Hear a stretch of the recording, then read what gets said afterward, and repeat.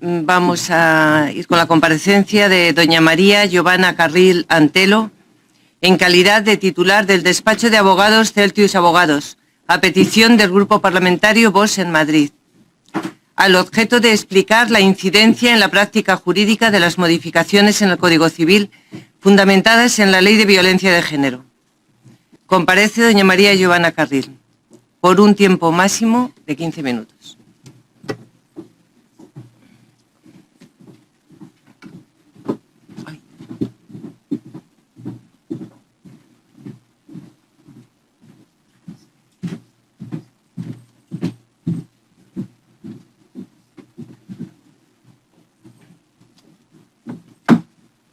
Cuando quiera.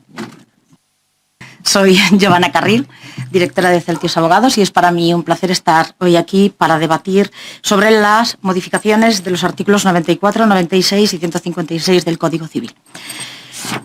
Dice el Tribunal Supremo que el interés superior de los menores está por encima de cualquier otro derecho con el que entre en colisión. En estos momentos, esta premisa no se está cumpliendo. Veamos por qué. En principio, esta modificación se hace con perspectiva de género. La mayor parte de los juristas creemos que el derecho, la palabra derecho, justicia y perspectiva colisionan entre sí. El derecho no debe tener perspectiva. El derecho debe ser imparcial y la perspectiva en sí misma rompe esa imparcialidad. Por otro lado, la modificación de estos artículos en concreto, si tuviesen que tener algún tipo de perspectiva, en todo caso no sería de género, sino que debería ser una perspectiva hacia los derechos del infante. Y esto no es así. ¿Por qué no es así? A través de la modificación de estos artículos, se da a una de las partes, en principio, cualquier progenitor que no esté en un proceso penal por violencia de género o violencia doméstica, es decir, no hay distinción en un principio en si es progenitor o progenitora, la unilateralidad para decidir la atención psicológica de sus hijos. Ustedes pueden decir, bueno, tampoco es tan relevante, ¿no? Sí lo es, sí lo es. Porque en el papel queda muy liviano. El problema que nos encontramos es que tenemos a progenitores y a progenitoras que cuando la otra parte está inmersa en un procedimiento penal, lo que hacen es llevar a sus hijos a atención psicológica no imparcial. Es decir, muchos acaban padres y madres, me refiero a padres y a madres, llevando a sus hijos a que sean atendidos por sus amigos, por una cuñada, que es psicóloga. Ese niño no va a recibir una atención psicológica. Lo que va a recibir ese niño es aprender a cómo ser el instrumento del otro, de uno de los progenitores. Y esto se está consintiendo. Por otro lado, sí es verdad que negro sobre blanco pudiera parecer que los niños quedan protegidos si reciben algún tipo de violencia tanto de sus padres como de sus madres. Y en un principio es así, porque contempla la violencia doméstica y la violencia de género. Pero hay una pequeña parte que rompe esa protección. Y es que si un progenitor está recibiendo atención en un servicio especializado de violencia de género, en ese momento se considera que el niño está en una situación como si el otro progenitor estuviese en un procedimiento penal. ¿Cuál es la diferencia? Que a esos servicios especializados de violencia de género solo pueden acudir las madres y no los padres. ¿Cuál es la diferencia también? Que hay un señor que está inmerso en un supuesto procedimiento administrativo sobre violencia de género del que no tiene la oportunidad de defenderse. Por lo tanto, los menores están desprotegidos, lo queramos ver o no lo queramos ver. Hay una cuestión que queda muy bien, negro sobre blanco, porque dice que cuando un progenitor está inmerso en un procedimiento de violencia de género o de violencia doméstica, se procederá a retirarle las visitas e incluso todo contacto y comunicación. Suena bien, ¿verdad? Hay un niño que está sufriendo un tipo de violencia y entonces lo que hacemos es apartarlo. Pero entonces yo digo, ¿no va a haber proporcionalidad? Porque cuando hablamos de violencia o doméstica o de género, Todos pensamos pues en una violencia física brutal, en un asesinato, en un intento de homicidio. Pero es que violencia también es que dos personas en un divorcio discutan y se llamen imbécil y se denuncien uno al otro. ¿Una madre es mala madre por llamar a su pareja imbécil? Yo creo que no. ¿Un padre es mal padre por llamar a su pareja imbécil? Lo siento, pero yo creo que no. Entre otras cosas, porque si pasásemos por ese filtro, creo que el 99% de los padres y de las madres tendríamos que ser privados de las visitas con nuestros hijos. ¿O hay alguien en este país que nunca haya dicho ni una sola palabra más alta que la otra con su pareja? No, ¿verdad? Pues eso constituye un delito. Eso supone que uno de los progenitores esté en un procedimiento penal. Y eso supone meter a los niños en un circuito que ni entienden, ni se les explica y que los deja en absoluta indefensión. ¿Por qué? Miren, en una justicia ideal, estos procedimientos penales o administrativos se dirimirían en un mes o en 2 meses. Pero esta no es la realidad. La realidad es que hay progenitores que están inmersos en procedimientos de este tipo durante 4 y 5 años. ¿Se les explica a los menores qué está sucediendo? ¿Se les explica a los menores por parte de las instituciones públicas por qué tienen que dejar de ver a su padre y a su madre? No. Ni en Madrid ni en ninguna otra comunidad autónoma. Simplemente uno de sus progenitores desaparece y no hay explicación. ¿Se imaginan ustedes tener 6 años y que de repente su padre o su madre desaparezca sin ningún tipo de explicación? Pues no hay ayudas psicológicas para este tipo de atención. No hay ayudas psicológicas para este tipo de situación. Evidentemente, dado la diferencia entre la violencia doméstica y la violencia de género, los procedimientos de violencia de género son muchísimo más largos. Es decir, esta situación la sufren mucho más los padres. O sea, los niños sufren más la ausencia de padres, pero no se equivoquen, también sufren la de las madres. Esto ha abierto esta situación. Esta modificación está llena de errores técnicos, pero el que me parece más brutal es que nos dice qué pasa si un progenitor está inmerso en un procedimiento de violencia de género y qué pasa si una progenitora está inmersa en un procedimiento de violencia doméstica. ¿Pero qué nos estamos encontrando? En mi caso, 7 casos. Que no se ha previsto qué pasa si ambos están denunciados. ¿Qué pasa si padre y madre están denunciados? Evidentemente, si es por un delito súper grave, que es como el de que un progenitor atentase contra la vida del otro y de forma recíproca, lo tenemos claro, todos lo tenemos claro. Una intervención de asuntos sociales y una retirada evidente de la vivienda familiar. Pero ¿vamos a hacer eso si 2 señores en un proceso de divorcio o de separación se han insultado? No, ¿verdad? Entiendo que un niño, porque 2 progenitores se hayan insultado, no tiene que irse a vivir a una casa de acogida. Entonces, ¿qué hacemos con estos niños, señorías? ¿Qué hacemos con ellos? Yo tengo 7 casos. Ninguno de los abogados, ni Fiscalía, ni sus señorías, sabíamos qué hacer. En puridad de ley, no sabíamos qué hacer. En los 7 casos, y sin ningún tipo de justificación, se ha decidido otorgar la custodia provisional a la madre. ¿A santo de qué? ¿Se han valorado los delitos por los que están denunciados ambos progenitores? No. Simplemente se ha dado a la madre. Como si las madres naciésemos con una especie de chip que nos diese pues unas capacidades automáticas o estelares y tuviésemos la obligación, pues como en la época de mi abuela, de ser nosotras las que carguemos con la crianza de los hijos. Yo recuerdo que mi abuela siempre decía que si había algo que odiase de los años 60, 50, 60 y 70, que ella, cuando ella era una mujer trabajadora y en plena función de su carrera profesional, decía que era ella la que se sentía obligada a cuidar de los hijos. Pues resulta que ahora, por ley, lo hacemos también. Si los 2 progenitores están denunciados, como no sabemos qué hacer, se lo damos a la madre, independientemente de que el delito de la madre sea más grave. Esto es protección de los menores, señoría. Pero hay otra cosa que tampoco contempla y que me parece alucinante, que esto no se haya contemplado. Y con esto hablo de todos los grupos políticos. Un progenitor, sea hombre o mujer, se le pueden retirar las visitas porque está inmerso en un procedimiento penal y se le retiran las visitas de sus hijos. Pero resulta que después puede vivir con otro señor y señora con hijos y resulta que ahí no pasa nada. Con esos hijos de su pareja sí puede convivir. Entonces, esta modificación y estos artículos están hechos para proteger a los menores o a los adultos.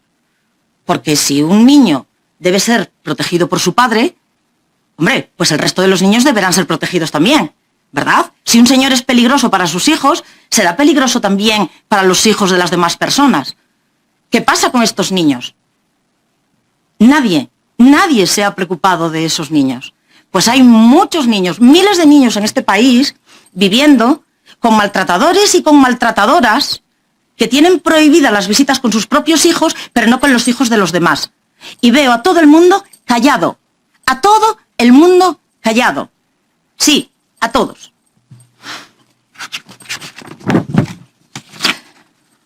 Hay una sentencia que ha sido muy aplaudida de hace unos días del Juzgado de Primera Instancia número 19 de Barcelona. La jueza Isabel Jiménez dijo que a los niños hay que creerlos, sobre todo si relatan abusos. Esta sentencia fue súper aplaudida. ¿Por qué? Porque los niños relataban sufrir un SAP, un síndrome de alienación parental, que nosotros los juristas vemos que aparece y desaparece del ámbito jurídico, pues según sea el progenitor que supuestamente lo ejerce. Y aunque a este señor no fue condenado absolutamente por nada,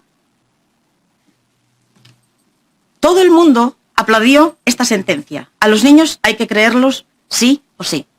Pues ¿saben una cosa? Yo tengo un caso en Orense donde a un niño, por haber denunciado a su madre, y su madre salir absuelta y negarse a ir con esta, se tomó una decisión tan maravillosa como ingresarle en un centro de acogida con 12 años hasta que decidiese ir con su madre.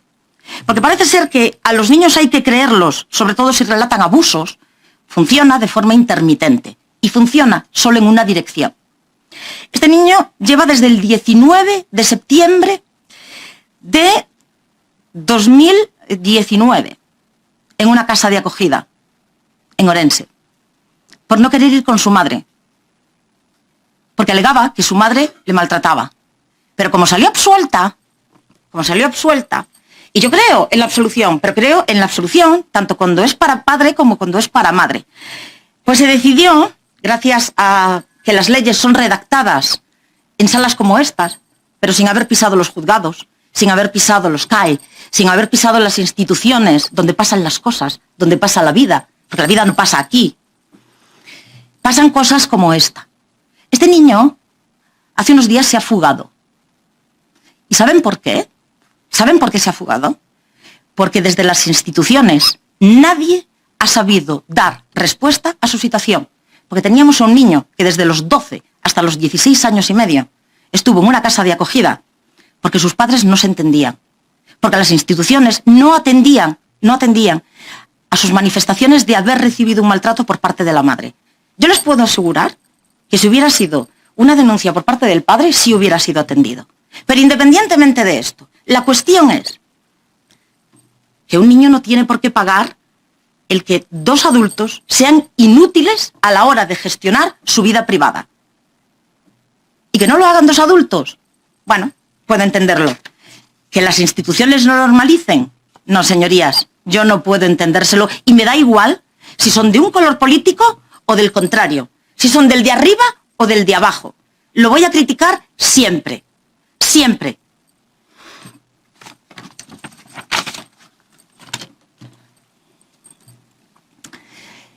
En el caso de Madrid, ya que estamos en Madrid, viví un caso absolutamente diabólico. Un niño denuncia a su madre en el colegio y dice haber recibido maltrato. Se abren unas diligencias y se cita al niño a que comparezca al día siguiente acompañado de su madre porque era quien tenía la custodia. Si hubiera tenido la custodia del padre, hubiera tenido que ir de la mano del padre. O sea, no estoy poniendo sexo a esta situación. Me da igual que sea la madre o el padre. En este caso fue la madre. El niño tuvo que comparecer de la mano de su madre. Cuando se puso a declarar, nosotros recurrimos, de hecho, a la Audiencia Provincial. La Audiencia Provincial dijo que no había protocolos en la Comunidad de Madrid para esta situación. O sea, la Comunidad de Madrid no tiene protocolos para que cuando un niño denuncia a uno de sus progenitores, si no ha intervenido pediatría social porque hay lesiones graves, va de la mano del progenitor. Lo siento. Ya termino. Cuando llegó aquí, y además esta frase creo que no me la va a quitar ni el Alzheimer, lo que dijo a su señoría fue: cuando salga de aquí, ¿con quién me voy a ir? Y su señoría contestó: tu madre tiene la custodia, te vas con tu madre. ¿Sabéis lo que dijo? ¿Saben lo que dijo? Entonces me pegó, pero muy flojito. A lo mejor me lo merecía. No me pegó tanto. Si quieren la grabación, se la envío. Me dan sus correos. Se la envío. ¿Es justo? ¿Les parece justo? Esto es lo que se está haciendo. Y repito, que me es absolutamente indiferente si es la madre o si es el padre. Me es absolutamente indiferente. Sé que van a decir que esto que estoy haciendo es menoscabar la imagen de las mujeres y que estoy atacando a las mujeres. Miren, yo soy mujer, tengo una hija y soy hija de una madre, que también es mujer. No estoy atacando a las madres. Lo que digo es que si no se puede acusar a una asociación de luchar contra las hambrunas en Etiopía, acusarle de que favorece o está de acuerdo con las hambrunas en el Congo. Porque eso sería esto. Sí, solo 15 segundos.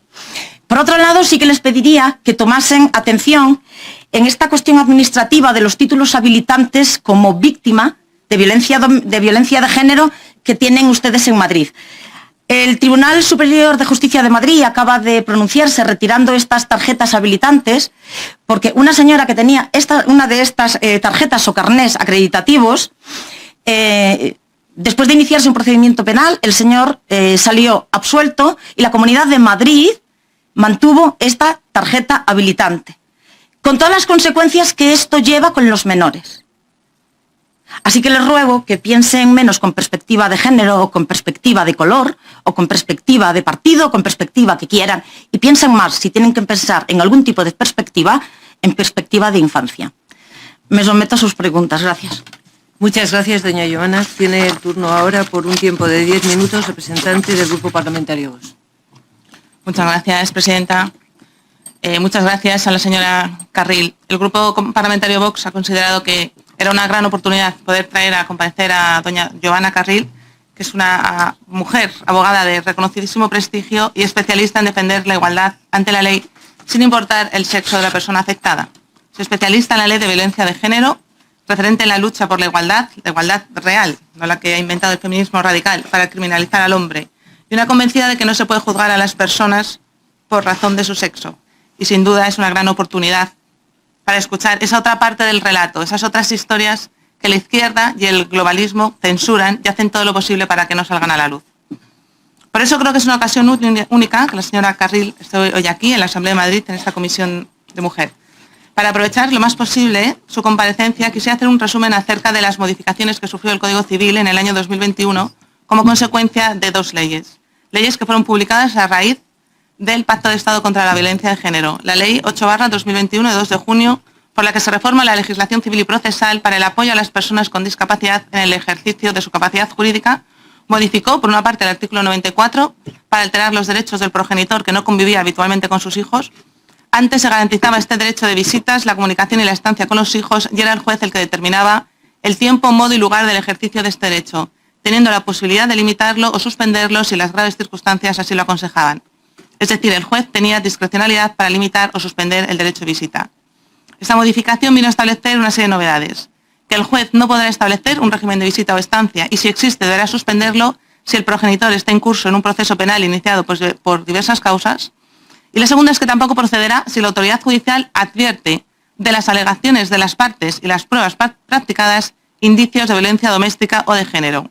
Solo indicios, sin necesidad de un procedimiento penal. Y la tercera novedad es que se establece una única excepción a esto con una resolución motivada y una previa evaluación de la relación de los hijos con su padre. Es decir, se deja sin discrecionalidad al juez, puesto que el artículo es completamente imperativo. Se anula la facultad del juez en este sentido. Tampoco es necesario que exista un procedimiento penal para que un progenitor deje de ver a sus hijos.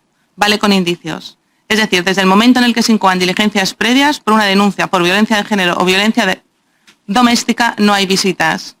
También se dio una nueva redacción al artículo 156 para permitir que la acreditación de las víctimas de violencia de género con el único título habilitante de los servicios especializados sea suficiente para que no se necesite el consentimiento del padre en el caso de necesitar atención psicológica.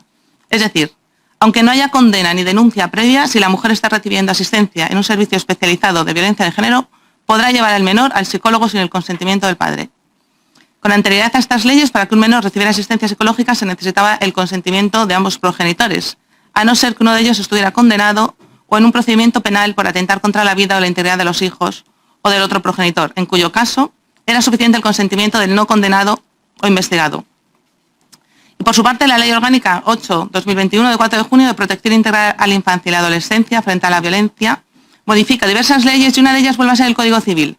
En esta ocasión lo hace en relación a los regímenes de custodia y se añade de esta manera un supuesto más, el de la violencia de género, para no permitir la custodia compartida. Es decir, este artículo establece la imposibilidad de la custodia compartida para los padres acusados de violencia de género, pero no establece la misma consecuencia si es la madre la que ha sido acusada por violencia doméstica. En Vox seguiremos insistiendo en que solo tenga la condición de víctima las personas a las que un juez así se lo haya otorgado mediante una sentencia firme para poder evitar los calvarios que suponen las denuncias falsas con la intención de obtener la custodia, beneficios económicos o el derecho a la vivienda.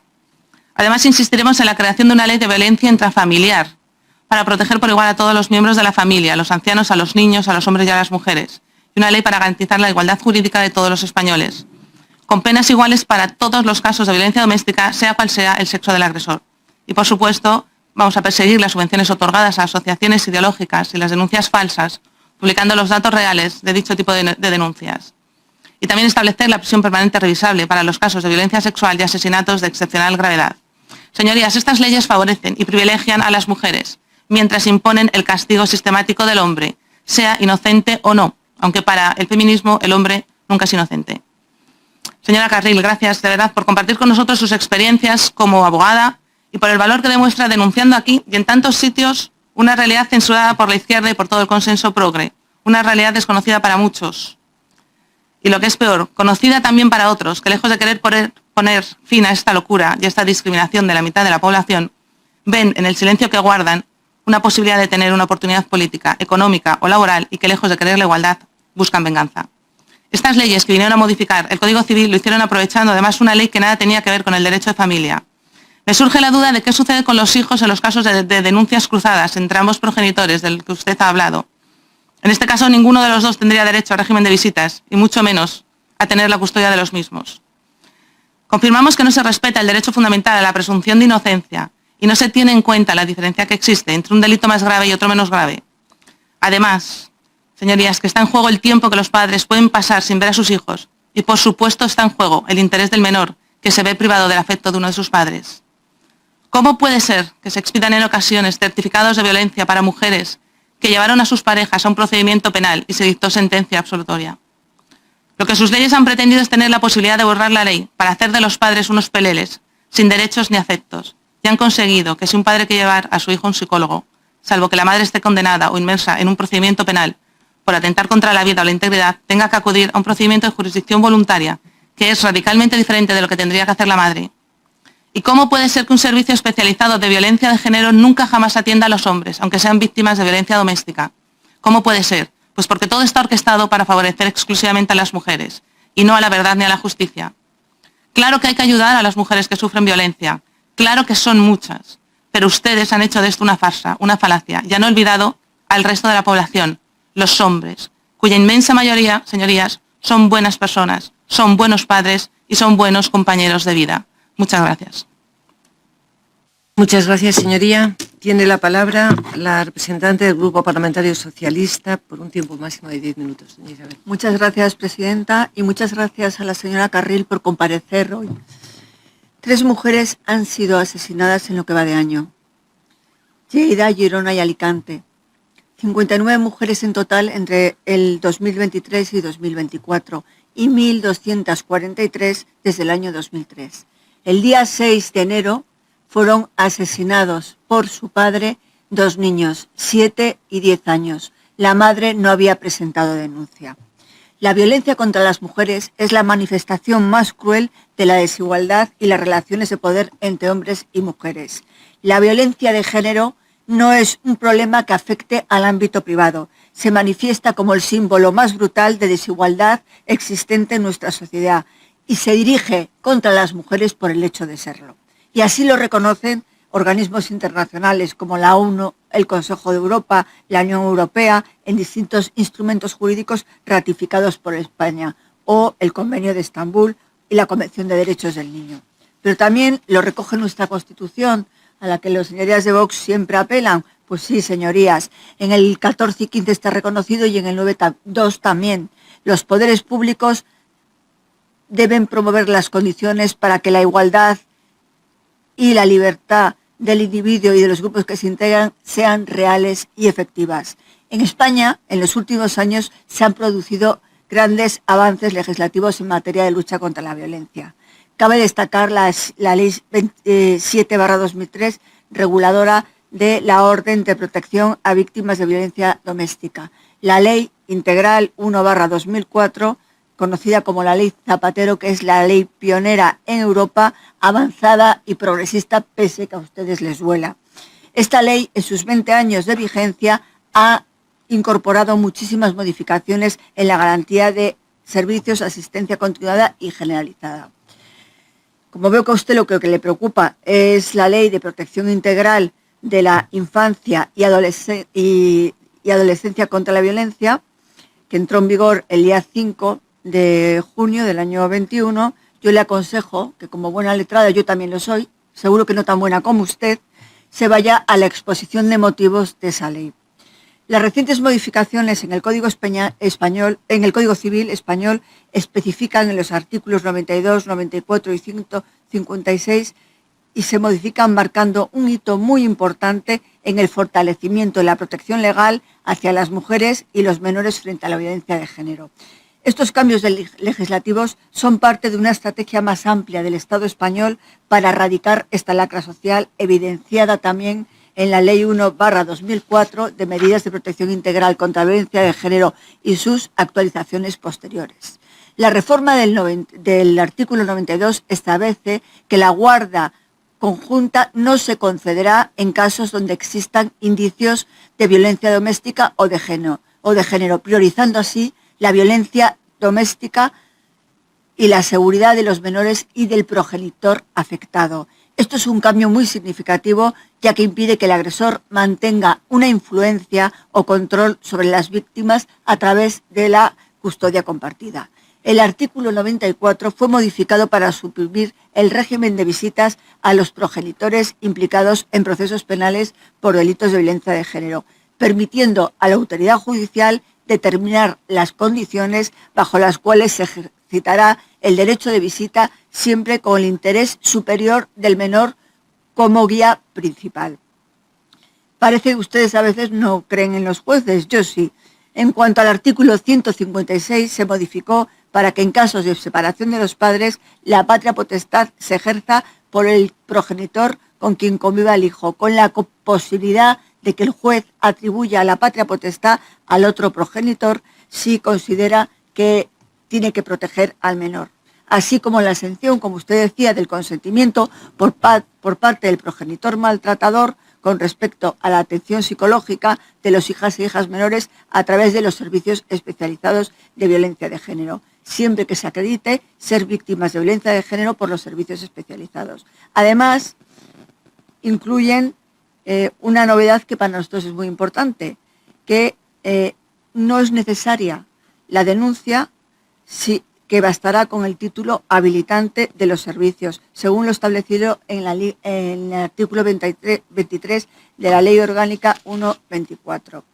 Señorías de Vox, ¿qué medida de esta les parece tan peligrosa o contraria a las familias?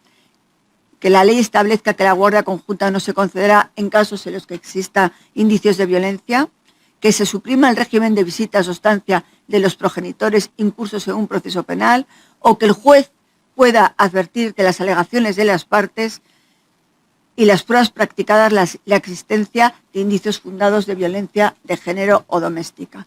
¿Es que ustedes no confían en los mecanismos judiciales o en los servicios especializados que tras estudios integrales de las víctimas pueden acreditar el título de habilitante? ¿O es que ustedes no están de acuerdo con la reforma del artículo 1.4 de la Ley Orgánica 1/2004, que por primera vez reconoce como violencia la que se ejerce contra sus familiares y allegados menores de edad, la llamada violencia vicaria? Les vuelvo a recordar que el día 6 de enero fueron asesinados 2 niños de 7 y 10 años y la madre no había presentado denuncia previa.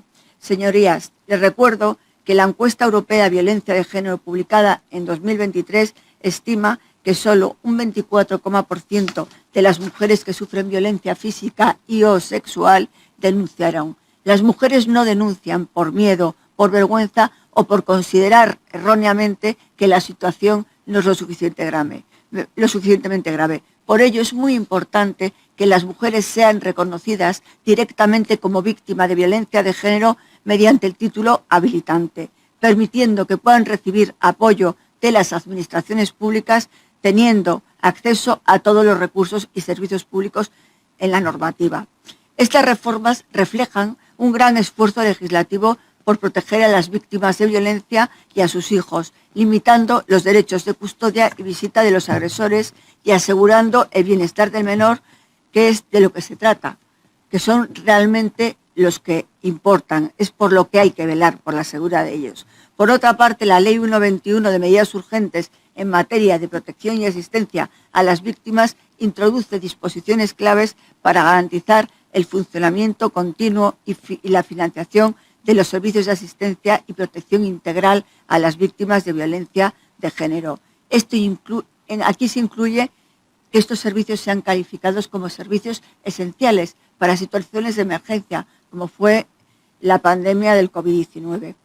Estas medidas legislativas, con campañas de sensibilización y concienciación, es muy importante que se implementen en los planes estatales y es muy importante la colaboración y la coordinación interinstitucional para prevenir la violencia de género y asistir a las víctimas.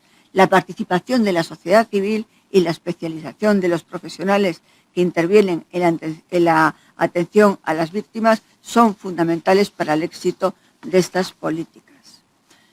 Estas reformas y medidas son pasos cruciales en la lucha contra la violencia de género, demostrando el compromiso del Estado en proteger a las víctimas y erradicar esta violencia de género.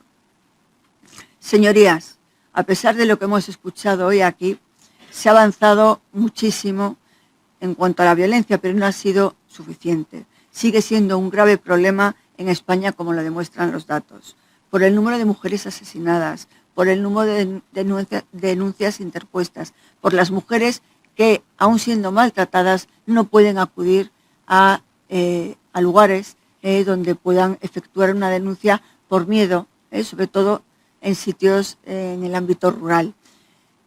Además de otras formas de violencia, las reformas anteriormente mencionadas y las medidas adoptadas por el Gobierno de España son pasos cruciales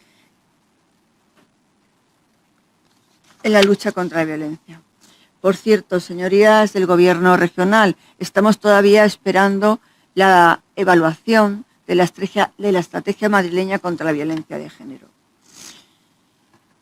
La forma, señorías, en la que respondamos a las preguntas que les hacía en la primera parte de mi intervención establecerá la distancia que nos separa de los valores comunes de la sociedad española.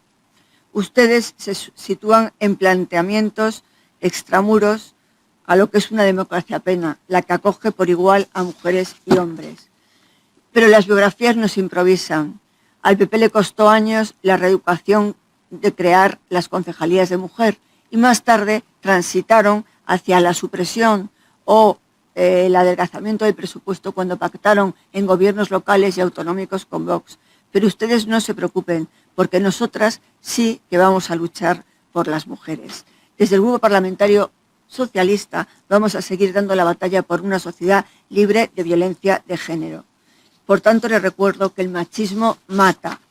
Una vida mejor es una vida que extirpe la lacra de la violencia machista. El asesinato de mujeres y menores es lo más importante que tiene que afrontar un sistema político que se llame en sí mismo democrático. Muchas gracias. Muchas gracias, señoría. Tiene la palabra ahora el Grupo Parlamentario Más Madrid, que se van a repartir el tiempo, ¿verdad, señora Carmona? Bien, primero de todo, necesito dedicar unos segundos a la memoria de Soledad Cazorla y a todo el trabajo que realizo como jurista, del cual no puedo parar de acordarme durante esta comparecencia. Otra cosa muy breve, mire, señora Carril, todos los profesionales de salud mental sabemos y llevamos a rajatabla el no atender ni a familiares ni amigos porque nos dinamita el grueso de la intervención. Entonces, es importante distinguir las anécdotas de la norma, ¿vale?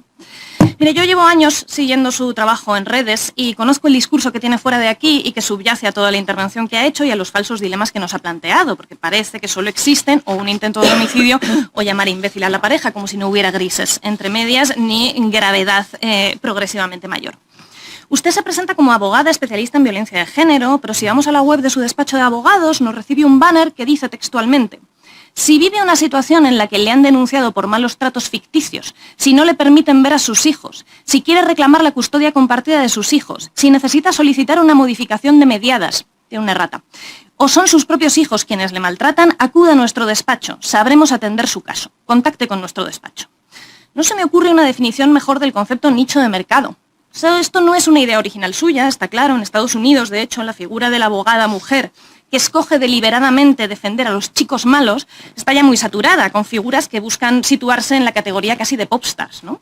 En España ese nicho estaba por ocupar, están disputándoselo usted y alguna compañera suya, que de alguna manera son herederas de estos históricos Rodríguez Menéndez, García Montes o el mucho más fallido Agustín Martínez, el defensor de la manada. Todos ustedes buscan convertirse en abogados célebres, buscando la polémica y haciendo declaraciones habitualmente hiperventiladas para conseguir un aura de enfant terrible, aunque por lo general consiguen parecerse más a la señora envuelta en bandera franquista que vociferaba como una banshee en las concentraciones ultras de Ferraz. En reiteradas intervenciones que sube a las redes de su despacho de abogados, usted empieza hablando de legislación para enseguida llevarse la conversación a correlacionar el feminismo con las subvenciones y las paguitas. Lo cierto es que no deja de resultar llamativo que acuse usted al feminismo de ser una tapadera para conseguir ingresos cuando usted ha construido toda una imagen de marca propia de villana de Bond, o más bien de villana de Mortadelo y Filemón, si queremos un ejemplo patrio, para así garantizarse los ingresos en su despacho de abogados, Celtius Abogados. Hay que reconocer que como estrategia comercial es infalible, porque como el mundo está en contra de los hombres, si usted gana el caso es una heroína que lucha contra el mal, y si lo pierde es que el mundo está contra los hombres. Win-win. Usted viene aquí diciendo ser experta en violencia de género cuando en realidad todo su trabajo consiste en intentar llegar a maltratadores y decirle lo que usted cree que quieren oír.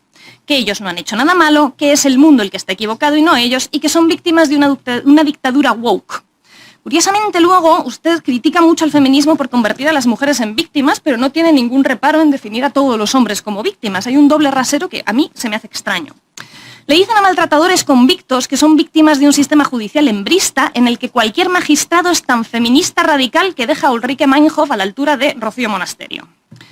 Lo cierto es que es una maniobra inteligente. Los avances sociales que ha conseguido el feminismo, gracias a los cuales incluso los sectores conservadores, como puede ser el Partido Popular, utilizan el concepto de violencia machista, lo comprenden, lo ponen, ¿no? y trabajan con él, estos avances han generado inquietud en un grupo de hombres que se encuentra con una realidad incómoda. Y es que el mundo en el que se criaron ya no existe y muchas de las cosas que les prometieron, como por ejemplo que tener pareja equivalía a tener criada, pues ya no las van a tener. Ese malestar masculino es una tarta muy codiciada en el momento político actual, porque la extrema derecha quiere convertir ese malestar en su caladero de votos. En esa línea trabaja Steve Bannon y quien quiera que sea el ideólogo de cabecera de Vox. Es gracioso escucharle a usted acusando al feminismo de querer hacer caja, cuando el feminismo es un movimiento social que lo único que pretende es que la vida de todas las personas, mujeres y también hombres, sea mejor. Y digo que me resulta gracioso porque yo tengo la sensación de que la única que quiere hacer caja aquí con ese tema es usted. Y quiere hacer caja explotando que muchos maltratadores tienen detrás una biografía muy dura y que en su mayoría maltratan porque no saben hacer otra cosa. Son hombres emocionalmente muy precarios, con bajísima tolerancia a la frustración, a los que el machismo ha cegado por completo. Y en vez de ayudarles a superar ese machismo y enseñarles a tratar mejor, usted les jalea en su conducta dañina, robándoles cualquier posibilidad de rehabilitarse. Claro, para que esta narrativa funcione, usted necesita demonizar a todas las mujeres y convertir la violencia machista en un invento de la izquierda, porque para que Celtius Abogados se posicione correctamente y pueda pagar sus facturas, todas las denuncias de violencia de género tienen que ser falsas. Es más, usted y toda esa manosfera en la que intenta medrar llegan a la villanía de utilizar el concepto bala de plata. Es una expresión que usan para definir los abusos sexuales a niños, fenómenos que en la manosfera, los abusos sexuales a niños no son algo que les preocupe o les genera rechazo, en tanto que en esa manosfera el abuso sexual infantil, esa bala de plata, solo existe en calidad de denuncia falsa contra el padre para favorecer a la mujer en caso de divorcio. Sus redes sociales, señora Carril, en particular su Twitter, son un hervidero de seguidores que hacen identidad de la misoginia, que se enuncian como víctimas del feminismo y que niegan la existencia de los abusos sexuales a niños, o peor aún, que admiten que pueden existir pero les parecen algo irrelevante o algo menor en comparación a esas denuncias falsas que en su imaginación reciben por docenas a diario. La cuestión, señora Carril, es que usted sabe perfectamente que la violencia machista existe y que los abusos sexuales a niños existen. Pero le da igual, porque necesita alimentar una cámara de eco donde esta narrativa que le paga usted las facturas se mantenga, aunque esté años luz de la realidad. Mi última pregunta, señora Carril, ¿no le da vergüenza mentirle así a los hombres? ¿No le da cargo de conciencia destruir la única posibilidad que tienen los maltratadores de reinsertarse? ¿No le da vergüenza que su máxima contribución a la historia haya sido intentar convencer a una generación de hombres de que está bien maltratar y de que el abuso sexual infantil es algo trivial o que no ha de ser perseguido? Bien, gracias. Yo voy a ser breve. Mire, aquí sucede algo que conocemos muy bien. Usted, como el grupo político que la ha invitado, deja entender que el feminismo y la legislación relativa a la violencia de género tratan de proporcionar a las mujeres un trato privilegiado con respecto a los hombres. Y partiendo de esta falacia, construyen ustedes todo un entramado ideológico que no es más que un castillo sobre las nubes, porque el feminismo nunca ha pretendido esto. El feminismo pretende que toda la sociedad, mujeres y hombres, y de todas las edades, podamos convivir con justicia y en paz. Nos dice usted, señora Carril, que pensemos en la perspectiva de infancia en lugar de la perspectiva de género, cuando lo que se pretende desde su perspectiva es precisamente pervertir el sistema jurídico para desplazar el centro de interés, para desplazar del centro el interés superior del menor y poner en el centro el interés, que no es superior en absoluto, de un hombre acusado de violencia de género o de agresiones sexuales. El feminismo es igualdad. Lo que es una ideología de género es el machismo. Y mire, nos ha tendido usted hoy aquí una trampa bastante burda, que ya ha comentado mi compañero. Nos planteó usted solo dos posibles casuísticas: una pareja que se insulta y se llaman imbécil uno al otro, y como segunda casuística posible, un padre que intenta asesinar a la madre de sus hijos. Estos son los dos casos de los que usted nos ha hablado. Y mire, es que ningún hombre está inmerso en un proceso judicial durante 4 o 5 años, como usted ha dicho, por llamar imbécil a su pareja. ¿Pretende usted montar una causa general contra la legislación relativa a la violencia de género a base de casitos particulares aquí y allá? Yo he llevado un caso aquí, me han contado otro caso allá. Mire, señora Carril, por supuesto que la violencia de género existe y es un tipo de violencia que ejercen los hombres por ser hombres sobre las mujeres por ser mujeres, aunque no todos los hombres la ejerzan y aunque muchos hombres experimenten muchos otros tipos de violencias distintos. Señora Carril, por supuesto que un padre maltratador es siempre un mal padre que no debe poder acercarse a sus hijos. Señora Carril, por supuesto que a los niños hay que creerlos, sobre todo cuando relatan abusos, por supuesto. Señora Carril, por supuesto que el SAP, el síndrome de alienación parental, no tiene la más mínima base psicológica, ni jurídica, ni científica, y no es más que otro síndrome inventado por gente que pasa mucho tiempo en Internet, como el de la disforia acelerada. Nosotros decimos que claro que existe la violencia contra los hombres, pero no es una tipología de violencia sistémica, ni es ejercida ni siquiera mayoritariamente por las mujeres. Claro que muchos hombres experimentan violencias, prácticamente siempre ejercidas por otros hombres, por cierto. La legislación contra la violencia de género funciona por más que usted se empeñe en rebuscar entre casuísticas infrecuentes y singulares. Tiene usted todo el derecho a elegir a qué clientes defiende, todo el derecho a elegir defender casos singulares, específicos, infrecuentes, en el caso incluso de que sea una defensa honesta de una persona inocente. Nosotras queremos una sociedad en la que ninguna madre, separada o no de su pareja, tenga miedo de dejar a sus hijos con su padre. Queremos una sociedad en la que los hombres, de hecho, participen activamente en la crianza y en los cuidados de sus hijos, que quieran y que sepan cuidar y puedan hacerlo por sí mismos en casos de separación. Todo lo contrario del pelele del que nos acusaba la portavoz de Vox de querer transformar a los hombres en peleles. Todo lo contrario, queremos hombres libres, autónomos, justos, que no sean violentos y que sepan convivir con las mujeres en igualdad y en justicia. Y nosotras vamos a seguir trabajando para conseguir una sociedad en la que mujeres y hombres podamos convivir en paz, una sociedad en la que el concepto de violencia de género deje de ser útil, deje de ser productivo, porque aunque exista la violencia, habrá dejado de existir un tipo de violencia específica y sistemática que los hombres, por ser hombres, ejercen sobre las mujeres por ser mujeres. Muchas gracias. Muchas gracias, señoría. Tiene la palabra doña... Señora presidenta, me gustaría pedir la palabra por el artículo 112 del reglamento de la Asamblea. Sí, ¿por qué motivo? Diga. Pues me gustaría pedir la palabra porque creo que las señorías de Más Madrid, en especial la señora Carmona, ha faltado gravemente al respeto a la compareciente, ha sido gravemente hostigada y no ha venido aquí para esto. Y le pido de verdad que se disculpe, porque me parece que es intolerable toda su intervención. Muchas gracias. Señora Carmona, ¿se disculpa por los ataques que ha tenido contra la compareciente? No, me parece una descripción de la ideología que tanto importa en esta Cámara que subyace a toda la intervención de la compareciente.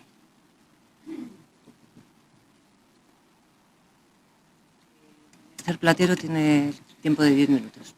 Gracias, presidente. Señora Carmona, yo la aprecio, la respeto, pero es verdad que yo también estoy de acuerdo con la señora de Vox. Ha insultado a la compareciente. En otras legislaturas siempre hemos respetado a todos los comparecientes. Ustedes han traído gente que a nosotros tampoco nos ha gustado y esta comisión siempre ha sido una comisión respetuosa y siempre hemos respetado sobre todo a la gente que viene de fuera y no tanto por el tono de la comparecencia, que cada uno puede tener el que quiera, pero la ha llamado misógina, franquista, que hace caja.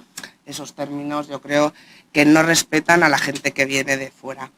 Entrando en la comparecencia, mire, quería agradecerle, señora Giovanna, por estar hoy aquí. Ha sido muy interesante su comparecencia, no solo como jurista, sino también como mujer, con la cual coincidimos en algunos puntos y en otros no, pero que vamos a estudiar atentamente todo lo que nos ha planteado aquí.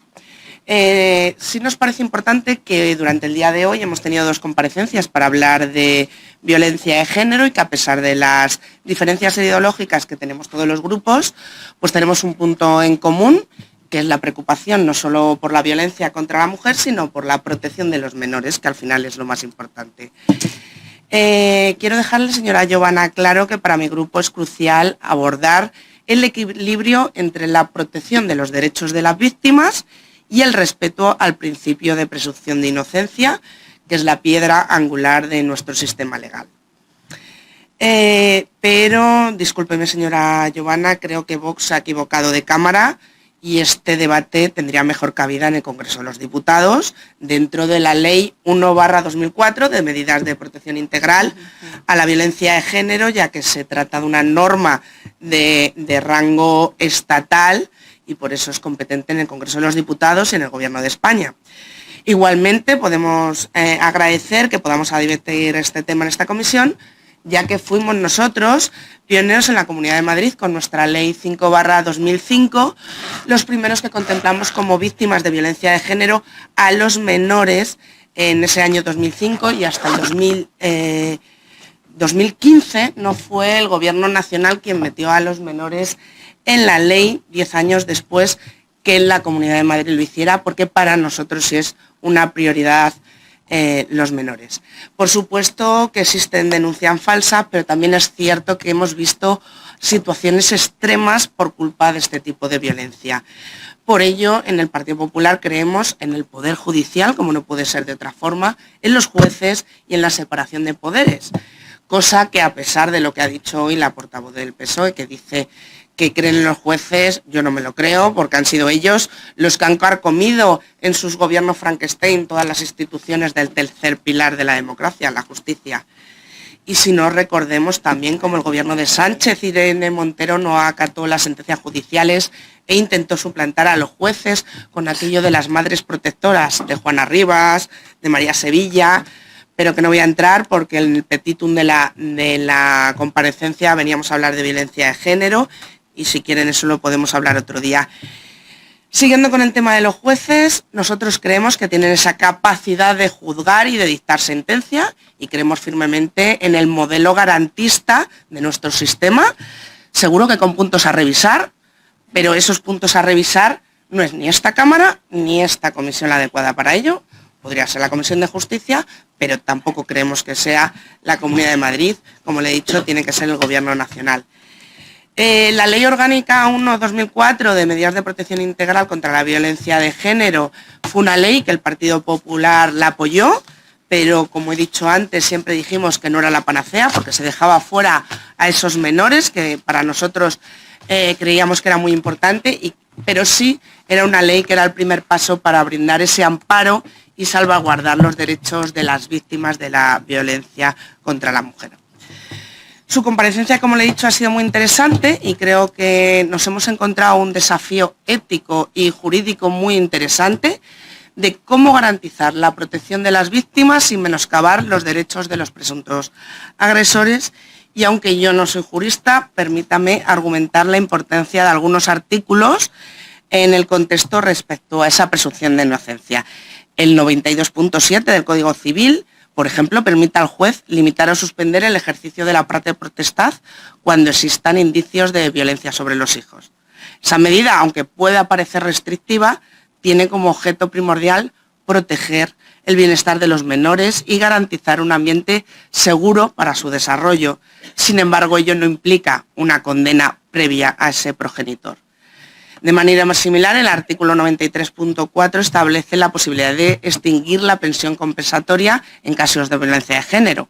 Es importante comprender que esta disposición no supone una condena automática al presunto agresor, sino que busca evitar que la víctima no siga dependiendo económicamente de su agresor, favoreciendo así su proceso de recuperación y autonomía.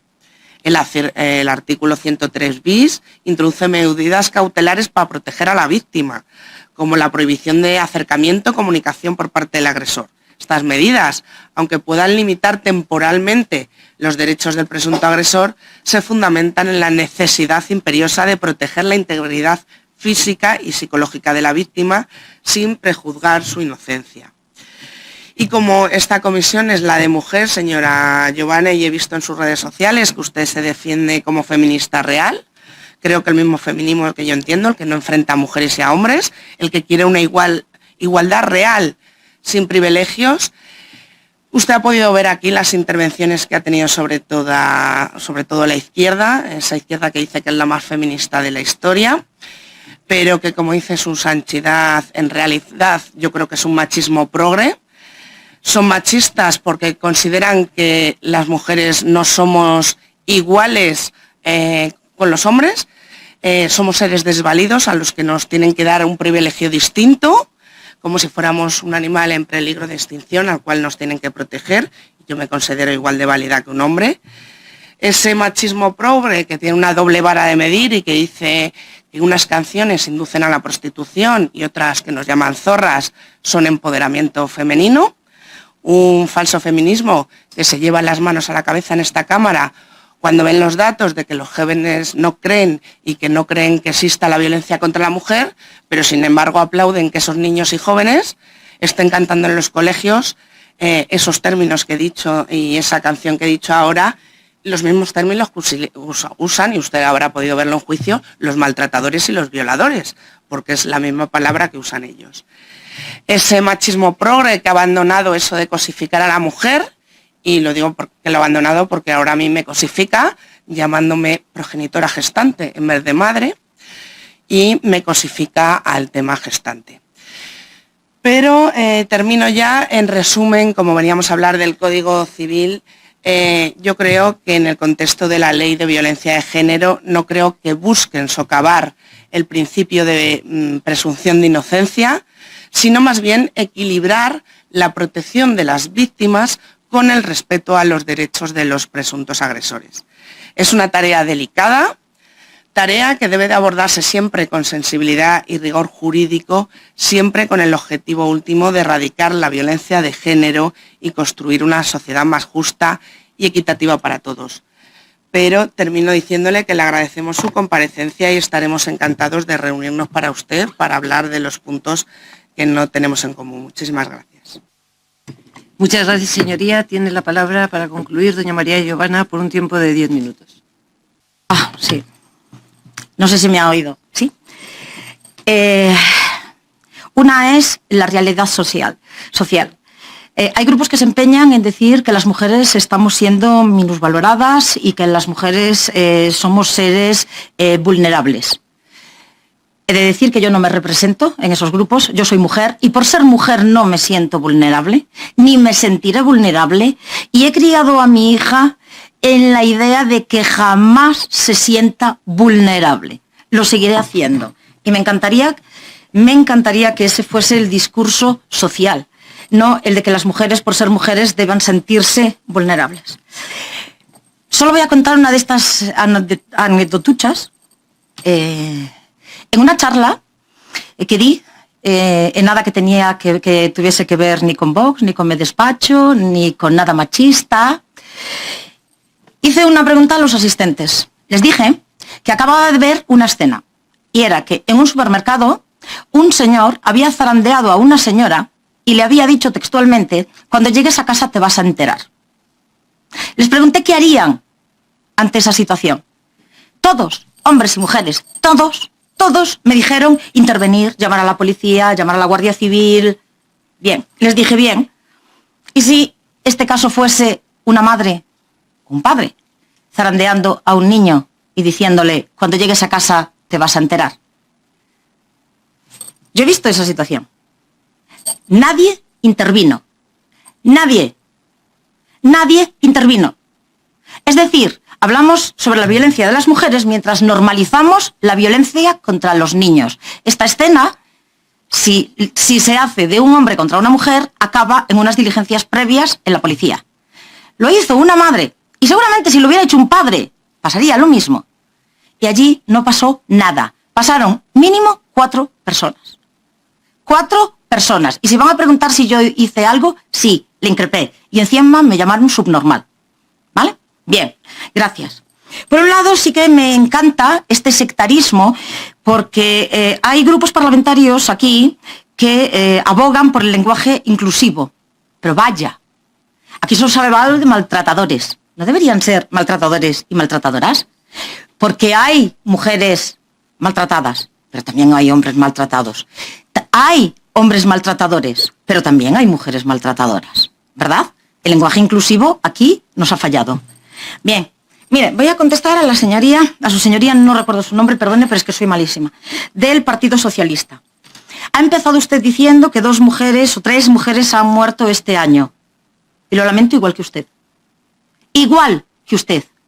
Pero repito, y lo dije en mi intervención, que una asociación trabaje contra la hambruna en el Congo no significa que esté de acuerdo con que haya hambruna en Etiopía. Y ustedes siguen cebándose en ese discurso. Claro que estoy en contra de que asesinen a mujeres, y a hombres, y a niños, y a ancianos. Claro que reconozco que hay violencia contra las mujeres, y contra los niños, y contra los hombres, y contra los ancianos. Y claro que reconozco que hay hombres violentos, pero también que hay mujeres violentas, porque la violencia es inherente al ser humano. Y yo aquí he venido a hablar de niños, porque los artículos a los que yo he citado tratan de niños, van de niños, pero ustedes se ceban y siguen empeñados en que cuando uno habla de proteger a los niños, desvíen la atención sobre la violencia de género. Que no son 2 realidades que colisionen, señorías. No son 2 realidades. Lo que pasa que ustedes lo que hacen es, asistiéndose de una, girar la cabeza hacia la otra. ¿Saben? Y los niños sí son maltratados. Y por hombres y por mujeres. Porque la violencia contra los niños también es inclusiva. Mire, me dice usted que no me preocupa la violencia de género y que me mire la ley. La ley ya me la he mirado. Trabajo sobre esa ley cada día de mi vida desde hace muchos años. Me la conozco muy bien. Y no, lo importante, señoría, no es conocer la ley. Lo importante es bajar al barro y saber cómo se aplica la ley y qué consecuencias tiene la aplicación de la ley. Usted me habla... Señoría, no puede intervenir, escúchale. Usted me habla del interés superior del menor. Bien, de eso es de lo que yo he venido a hablar aquí. Y el interés superior del menor no tiene nada que ver con las agresiones que puedan tener los adultos. Yo digo que los menores han de ser protegidos independientemente de quién sea el maltratador. Punto. No he venido aquí a decir nada más. Es que dice que hay que proteger a los niños de los maltratadores. Y yo digo, claro. Pero lo que hay que corregir es la deficiencia de que lo que no puede ser es que a un maltratador o a una maltratadora se le prohíba ver a sus hijos supuestamente para su protección y ese maltratador y maltratadora pueda convivir con los hijos de otra persona. Si protegemos a los menores, protegemos a los menores. Pero entonces habrá que proteger a los menores en una casa y en la otra. ¿O solo hay unos menores que deben ser protegidos? Por otro lado, me sigue hablando de la violencia de género. ¿Y sabe lo que le digo? Lo que no entiendo y lo que yo he venido a criticar aquí es que, por ejemplo, en la Comunidad de Madrid se den una ayuda de 16.800 euros a un huérfano cuando es huérfano víctima de la violencia de género. Y yo digo, ¿y qué pasa? ¿Que un huérfano víctima de la violencia doméstica no tiene el mismo sufrimiento? Un niño al que su madre le mata a su padre es un niño de segunda. Un niño al que el padre le mata a su madre tiene unas necesidades y un niño huérfano porque su madre ha matado a su padre. No, son niños distintos, sufren distinto, sufren menos si muere su padre. ¿Eso es lo que tratan de decir? Pues no. ¿Sabe? Esto es de lo que he venido a hablar aquí. Y solo para decirle dos cosas más. Usted dice, una vida mejor es una vida sin violencia machista. Yo le digo, una vida mejor es una vida sin violencia. Y segundo, habla usted del ámbito rural y dice que no pueden hacer denuncia. Mire, yo no sé cuántas personas aquí viven en el ámbito rural. Yo sí, vivo en un pueblo de 1000 habitantes. Cuando yo desayuno, por delante de mí pasan 25 vacas. Sí, soy conocedora del ámbito rural y nací en un pueblo. Y vivo en un pueblo. Conozco el ámbito rural mucho. Y le puedo decir que el concepto de feminismo que ustedes tienen y el que tiene la mayor parte de las mujeres en el ámbito rural está en las antípodas. Porque yo veo delante de mí pasar cada mañana a Ana en su tractor y Ana, maldita la necesidad tiene de que ustedes la protejan de nada más allá de la necesidad de protección que pueda tener cualquier ciudadano. Y las mujeres del ámbito rural, señoría, pueden denunciar igual que las personas que están en Madrid, que vivir en el ámbito rural no significa vivir en la luna. Ahora sí, muchas gracias. Respecto a Más Madrid, le agradezco a la señora Carmona que siga mi carrera, es un honor. Habla usted de mi despacho y dice que es un nicho de mercado porque defiendo a los chicos malos. Me encantaría saber si yo defendiese a mujeres, porque hay miles de despachos de abogados especializados en defender a mujeres, a los que yo no critico, porque es una especialidad, y me encantaría saber si su opinión es la misma. Usted habla de nicho de mercado y de que es un trabajo por el que cobro. ¿Usted aquí está gratis? Mire, me dice usted que defiendo a maltratadores como si fueran víctimas. Primero, decirle que toda persona tiene derecho a ser defendida en este país. Segundo, un hombre, al igual que una mujer, no es maltratador hasta que lo diga un juez. Entonces, cuando yo defiendo a una persona, y la defiendo porque todo ciudadano tiene derecho a una defensa, como no soy abogada de oficio, porque viajo y no puedo serlo, puedo elegir a quién defiendo. ¿De acuerdo? Y de elegir a quién defiendo no significa que defienda maltratadores. Evidentemente, puedo haber defendido a alguna persona que al final haya resultado condenada. entonces es un maltratador. Pero también he defendido a muchas personas que han salido absueltas después de años de juicios y que han salido absueltas en el juzgado. Pero que los 4, 5, 6 años de atrás, teniendo una relación disruptiva con sus hijos, eso no se los quita a nadie. ¿Que los niños son daños colaterales de esta situación? Bueno, si ustedes lo quieren asumir, ningún problema. Miren, me habla, no sé por qué a mí, de que vivo los mundos, de que tener pareja es tener criada. Yo no sé dónde se ha criado usted. No sé dónde se ha criado usted. Sí, ha dicho que esta frase, tener pareja es como tener criada. Yo no sé dónde vive usted, si usted se ha criado en una casa donde tener pareja era tener criada. Mis padres se respetan, viven en una dimensión de igualdad. Mi padre, cuando yo le dije que quería estudiar Derecho, me preguntó que por qué no estudiaba una ingeniería, que iba a trabajar menos y ganar más. Pude hacerle caso, pero no se lo hice, pero ahí está. Un señor de 77 años me decía, ¿por qué no estudias una ingeniería, hija? Y me ha llamado señora franquista. Mire, nací en 1973. No tuve el gusto de tomar el café con don Francisco Franco. Si hubiera tenido oportunidad, lo hubiera hecho. También lo hubiera hecho con Lenin. Son personajes históricos y hubiera tomado gustosamente un café con cada uno de ellos.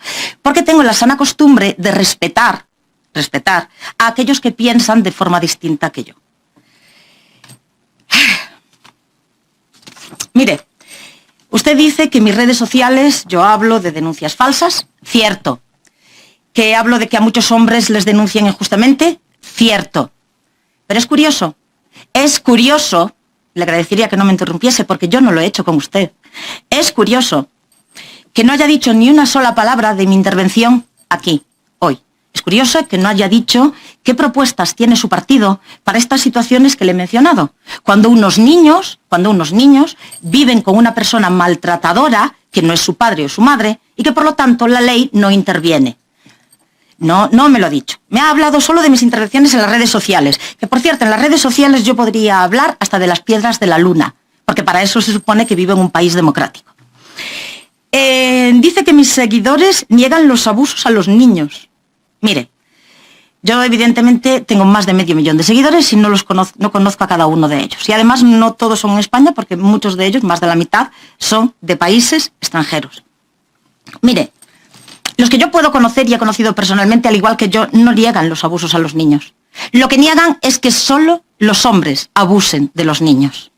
Usted, que es tan inclusiva y que no ha utilizado el término maltratadora en ningún momento, lo que me está diciendo con esto es que a ustedes se la trae, pero muy, muy fuera de cuidado, los niños que son maltratados por una mujer. Da igual las caras que me ponga, porque soy impermeable. Usted no sabe lo que yo he visto en el juzgado, de verdad. Se lo digo para ahorrarse pues el movimiento gestual. Mire, usted dice que feminismo es igualdad. Feminismo es igualdad. Es en lo único que usted y yo estamos de acuerdo. El problema es en la definición de feminismo que usted y yo tenemos. Para mí, ser feminista, porque yo soy feminista, ser feminista es vivir en una sociedad o bajo un concepto que determine que yo, como mujer, no soy distinta a un hombre, que tengo distintas capacidades, al igual que tengo distintas capacidades a otras mujeres, pero que no necesito ser protegida porque no necesito que nadie me considere vulnerable, porque mi condición de mujer no debe suponer una vulnerabilidad. Es eso lo que yo defiendo. Doña Joana, ¿termino ya? Vale, mire. Usted, creo que era doña Jimena, si no recuerdo, sí. Doña Jimena, usted me dice que yo he traído una causística trampa porque he hablado de insultos y de asesinato. No, le he marcado que desde el insulto al asesinato, todo lo que hay en medio, desde el primero hasta el último término, todo es tratado igual. Es decir, pueden sacarle el régimen de visitas a una mamá o a un papá imputado, da igual si es de asesinato, de violencia, de lesiones, de insultos. Es decir, he cogido los dos extremos. Añada lo que hay en medio, que yo no lo he retirado. Créame, me refiero a todo el espectro. Y me refiero también a hombres y a mujeres. Dice que un maltratador no es un mal padre.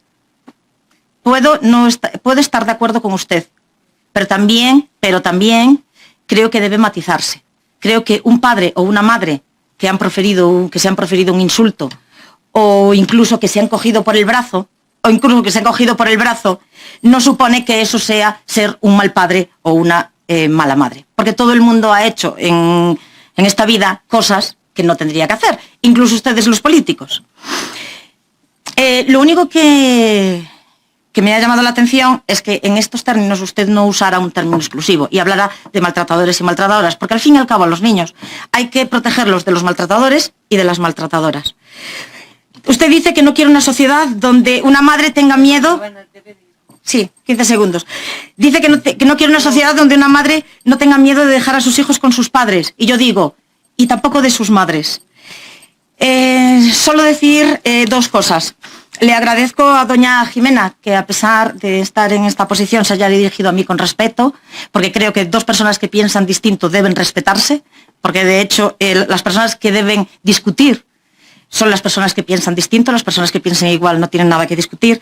Y a la señora Carmona debo decirle que lo que más nos diferencia a usted y a mí, de todo lo que nos diferencia, es que yo no he necesitado insultarla para argumentar.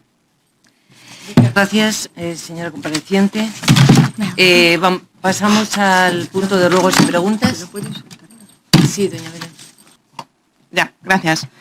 Señora presidenta, insisto en que la señora Carmona debe disculparse por las graves acusaciones vertidas sobre la señora Carril por su mala educación y su hostigamiento hacia la compareciente. Mire, el artículo 26 establece que los diputados estarán obligados a adecuar su conducta al reglamento y a respetar la disciplina, el orden y la cortesía parlamentaria. Muchas gracias.